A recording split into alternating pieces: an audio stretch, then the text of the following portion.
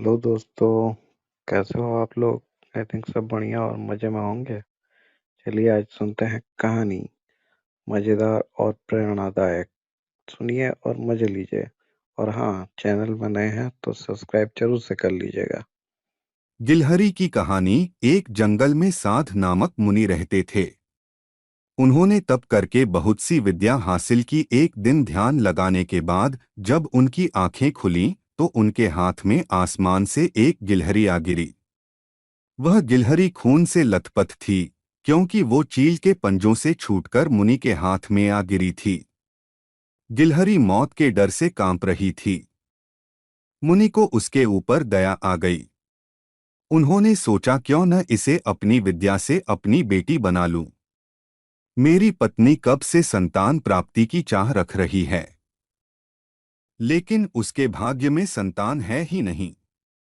अब यह बात बताकर बताकर उसे दुखी करने की जगह कुछ साल इस गिलहरी को ही बेटी बनाकर उसे सौंप देता हूँ। इतना सोचते ही मुनि ने एक मंत्र पढ़कर गिलहरी को एक छोटी सी बच्ची बना दिया।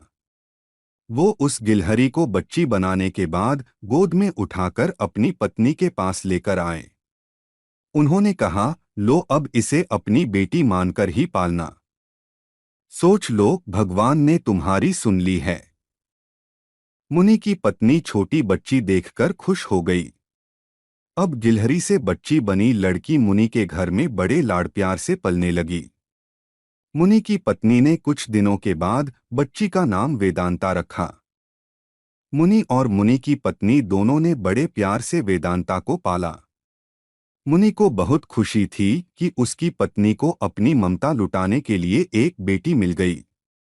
कुछ समय के बाद उसकी परवरिश में मुनि भूल ही गए कि वो एक गिलहरी है। वेदांता को मुनि ने अच्छी पढ़ाई लिखाई करवाई। देखते ही देखते वेदांता 16 साल की हो गई। अब मुनि की पत्नी को अपनी सुंदर बेटी की शादी करवाने की चिंता होने लगी। उन्होंने यह बात मुनि से की। अपनी बेटी की तरफ देखते हुए मुनि को भी लगा कि इसका अब विवाह हो जाना चाहिए। मुनि ने अपनी पत्नी से कहा कि तुम चिंता मत करो, मैं इसके लिए योग्य वर ढूंढ लूंगा। मुनि को लगा कि मेरी बेटी बहुत सुंदर है और उसकी शिक्षा दीक्षा भी अच्छी हुई है। इसलिए उन्होंने अपनी सिद्धि से सूर्य देव को पुकारा। सूर्य देव ने मुनि को प्रणाम करके बुलाने की वजह पूछी। तब मुनि ने कहा, मेरी बेटी विवाह के योग्य हो गई है। मैं चाहता हूं कि आप इसके पति बने। सूर्य देव ने कहा, आप एक बार अपनी पुत्री से पूछ लीजिए। अगर उसे मंजूर है तो मेरी तरफ से भी हाँ है। तब वेदांता बोली, पिताजी, यह बहुत गर्म हैं। मैं इनके पास नहीं जा पाऊंगी और ना ही इन्हें देख पाऊंगी। मुनि ने वेदांता से कहा, कोई बात नहीं, हम दूसरा वर देख लेंगे। तभी सूर्य देव ने कहा, हे मुनिवर, मुझसे श्रेष्ठ बादल है, आप उनसे बात कीजिए। वह मेरे प्रकाश को भी ढक देते हैं।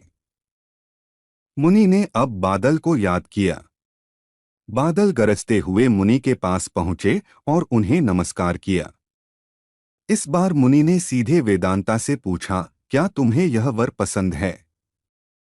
वेदांता ने जवाब दिया, पिताजी, मेरा रंग गोरा है और इनका काला। हमारी जोड़ी अच्छी नहीं लगेगी। तब बादल ने मुनि से कहा, आप पवन देव को बुलाइए। वे मुझसे श्रेष्ठ हैं। उनमें मुझे उड़ाकर इधर से उधर ले जाने की ताकत है। अब मुनि ने पवन देव का स्मरण किया। पवन देव के आते ही मुनि ने अपनी बेटी से पूछा, क्या आपको यह वर पसंद है? वेदांता बोली, पिताजी, यह तो एक जगह ठहरते ही नहीं हैं। इनके साथ मैं घर कैसे बसा पाऊंगी? इस बार मुनि ने पवन देव से पूछा, मुझे अपनी पुत्री के लिए वर की तलाश है। आप बताइए कि आपसे श्रेष्ठ कौन है? पवन देव ने जवाब दिया, मुनिवर, आप पर्वत को बुला सकते हैं। वह मेरा रास्ता रोक देते हैं। वह मुझसे श्रेष्ठ हैं। तुरंत मुनि ने पर्वत को पुकारा। पर्वत को देखते ही वेदांता बोली, यह तो पत्थर हैं। इनका दिल भी पत्थर का ही होगा। इनसे विवाह कैसे हो पाएगा पिताजी?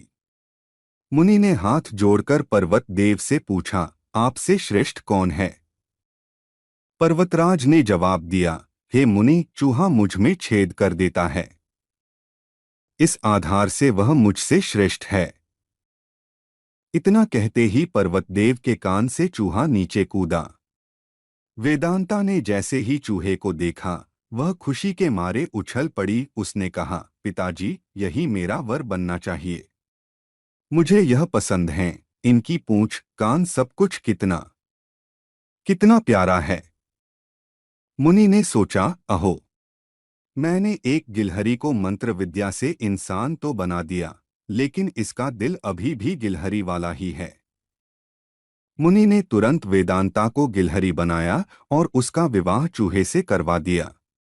विवाह के बाद दोनों खुशी खुशी रहने लगे। कहानी से सीख, इंसान चाहे बाहर से कितना भी बदल जाए, लेकिन उसका दिल वैसा ही रहता है।